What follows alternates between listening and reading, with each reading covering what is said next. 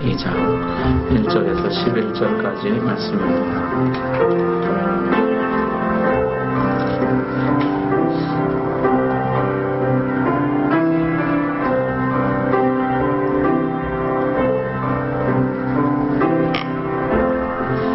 신약성경 144쪽입니다. 하나님 말씀 봉독할 때 우리 다 함께 자리에서 일어나셔서 1절에서 11절까지 저 여러분이 한 절씩 교독하시고 마지막 11절 함께 읽겠습니다. 사흘째 되던 날 갈릴리 가나에 혼례가 있어 예수의 어머니도 거기 계시고 포도주가 떨어진지라 예수의 어머니가 예수에게 이르되 저들에게 포도주가 없다 하니 예수께서 이르시되 여자여 나와 무슨 상관이 있나이까 내가 아직 이르지 아니하였나이까. 그의 어머니가 하인들에게 이르되 너희에게 무슨 말씀을 하시든지 그대로 하라 하니라. 거기에 유대인의 정결의 주를 따라 예수께서 그들에게 이르시되 항아리에 물을 채우라 하신즉 아귀까지 채우니 이제는 떠서 연회장에게 갖다 주라 하시니 갖다 주었더니 연회장은 물로 된 포도주를 맛보고도 어디서 났는지 알지 못하되 물 떠온 하인들은 알더라. 연회장이 신랑을 불러 말하되 사랑하다가 먼저 좋은 포도주를 내고 취하기에 낮은 것을 내고 그대는 지금까지 좋은 포도주를 모르다 하더라. 예수께서 이 첫 표적을 갈릴리 가나에서 행하여 그의 영광을 나타내심에 제자들이 그를 믿으니라. 아멘.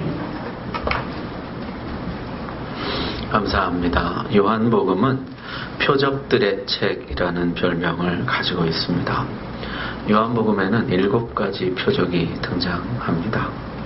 7가지 표적이라는 것은요, 충분한 표적, 가득 찬 표적, 완전한 표적 이런 뜻이죠.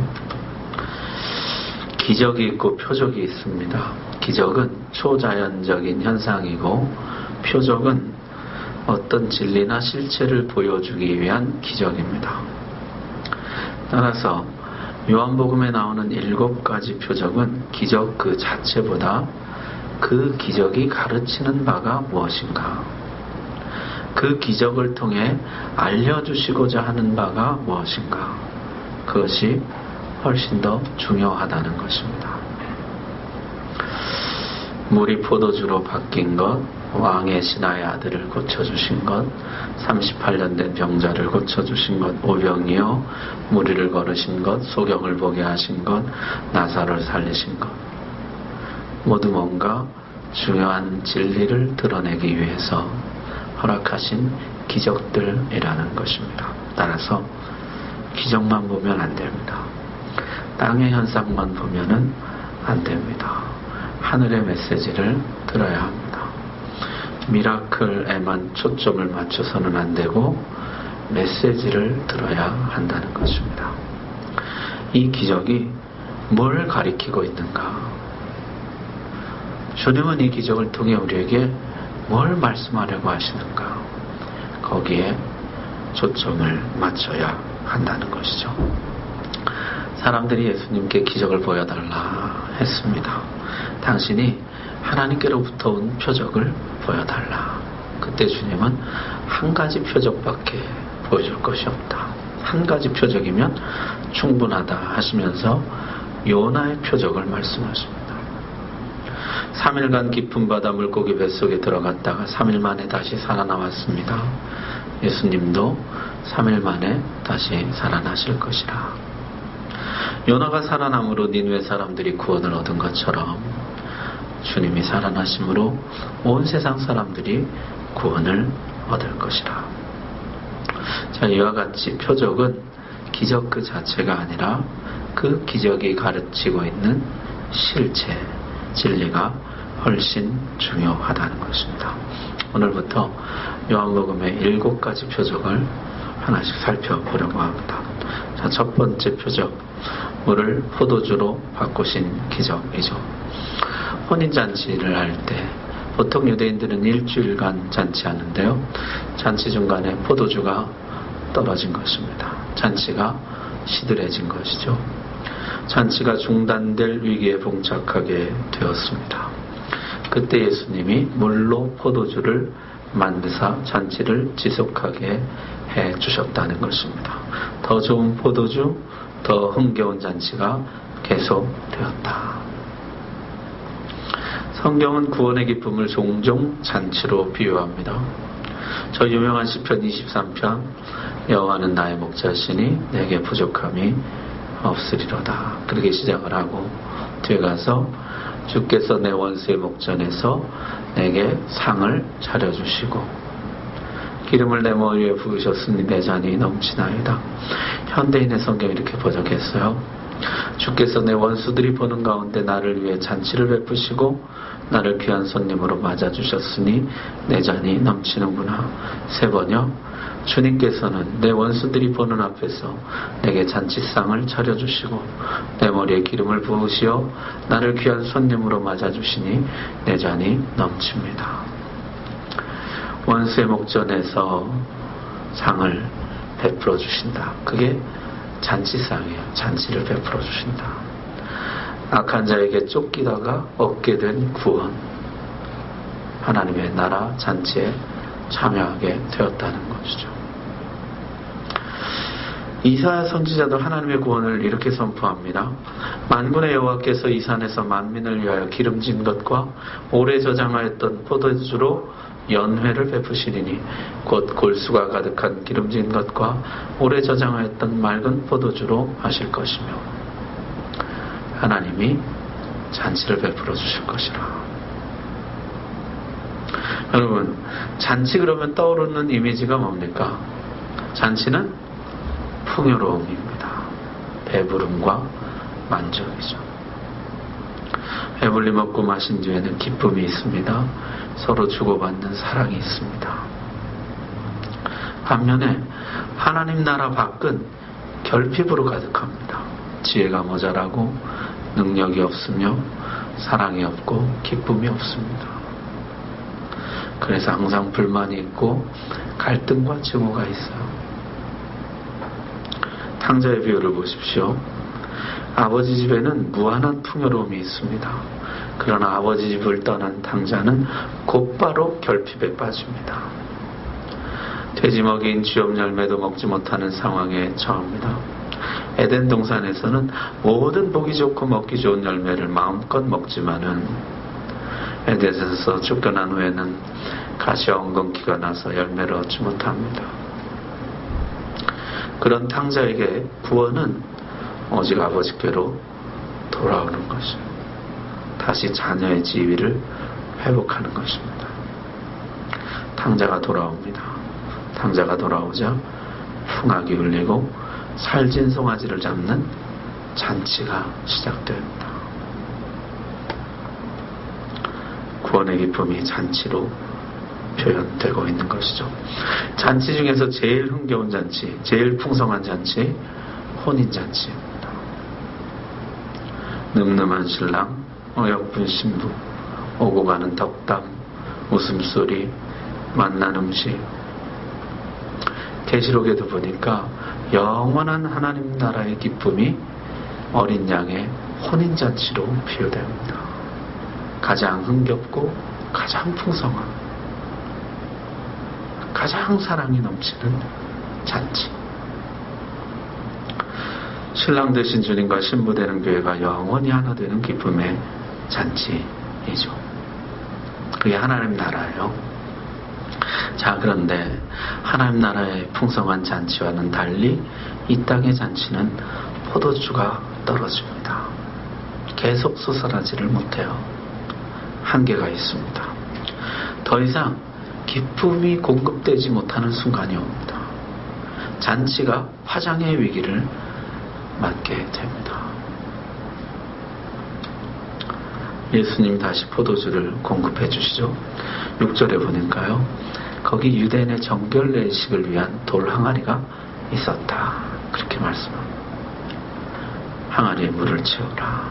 아기까지 가득 채웁니다. 그리고 그 물을 포도주로 바꾸십니다. 정결 예식을 위한 돌 항아리. 이거 정체가 도대체 뭘까요? 여러분, 우리 성막 했는데 성막에 문 열고 들어가면 번제단이 있고, 번제단 뒤에 성소 들어가기 전에 뭐가 있었죠? 손발 씻는 곳? 물두멍이 있잖아요. 이게 손발 씻는 곳이죠. 하나님께 들어갈 때 손발을 깨끗이 씻어야 한다. 더러운 것이 하나도 없도록 깨끗이 씻어야 된다. 성결, 거룩, 매우 좋은 의미죠. 근데 유대인들의 문제는요, 유대인들이 예수님께 책망받은 것 중에 하나가 몇 가지 규칙들을 과도하게 지킴으로 자신의 전체 허물을 가리려는 외식, 위선. 주님이 그걸 매우 책망하시거든요. 이들 보면요, 지나치게 금식해요. 금식에 사람들의 이목을 집중시킵니다. 그러므로 자신의 전반적인 허물을 그 뒤에 감춥니다. 과도한 구제를 해요. 그래서 사실 그 사람 전체를 놓고 보면요, 허물과 죄악이 많아요. 그런데 과도한 규제 속에 숨어 들어가는 거예요. 자신의 허물 욕심을 다 감추는 거예요.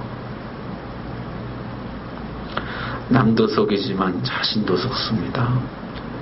스스로 꽤 괜찮은 신자라고 생각합니다.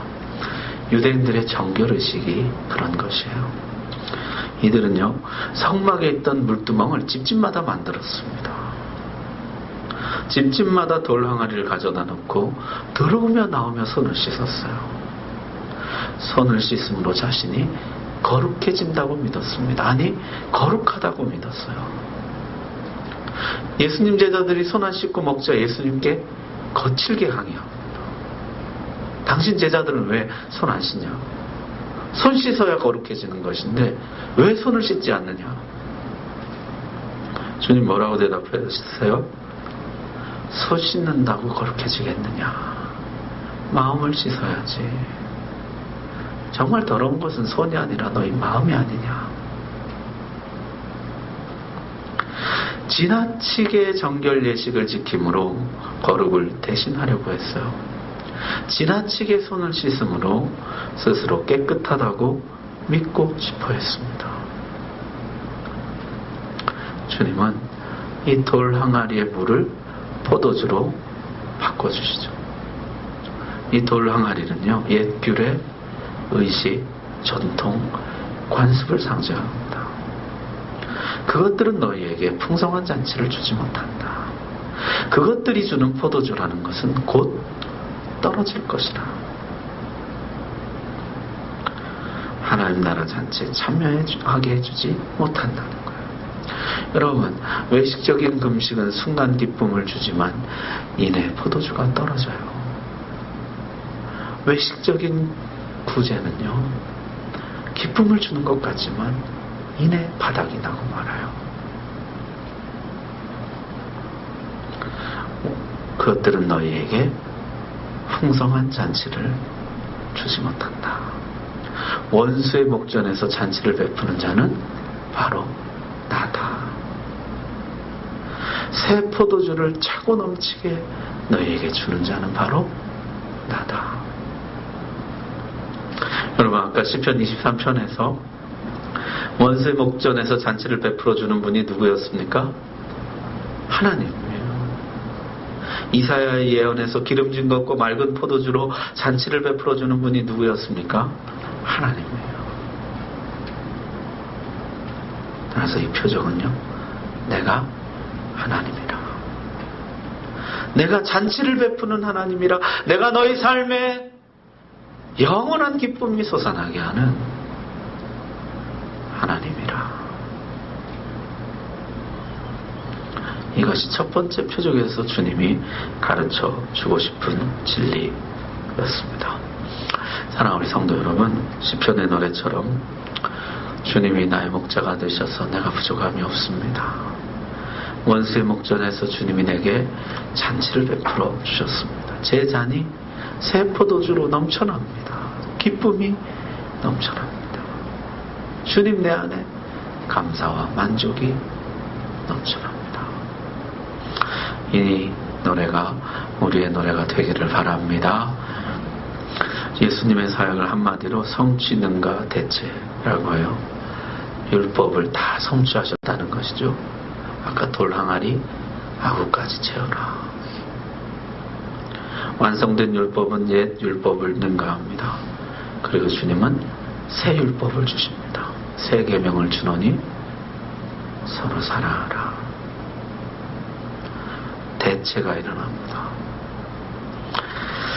요한복음엔 이런 말씀들로 가득한데요. 옛 성전이 온전하지 못해요. 무너집니다. 이 성전을 헐라 내가 3일 만에 새 성전을 일으키리라. 예수 그리스도가 새 성전이 되십니다. 대체가 일어난다고요.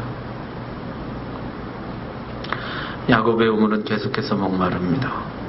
영원히 목마르지 않는 생수로 대체됩니다. 예루살렘과 그리심산의 예배가 영과 진리로 드리는 예배로 대체됩니다. 따라서 주님이 오셨다는 것은, 주님을 영접한다는 것은 내 안에 대체가 일어난다는 뜻이에요. 지금까지 율법과 성전이 이스라엘 신앙의 중심이었습니다. 그러나 이제는 대체되어야 됩니다. 새 포도주는 새 부대에 담아야 합니다. 율법을 완성하신 주님, 새 성전이 되신 주님, 생수가 솟아나게 하신 주님, 그 예수님을 신앙의 중심으로 삼아야 합니다. 예수 그리스도를 내 신앙의 중심에 넣어야 하는 것이죠.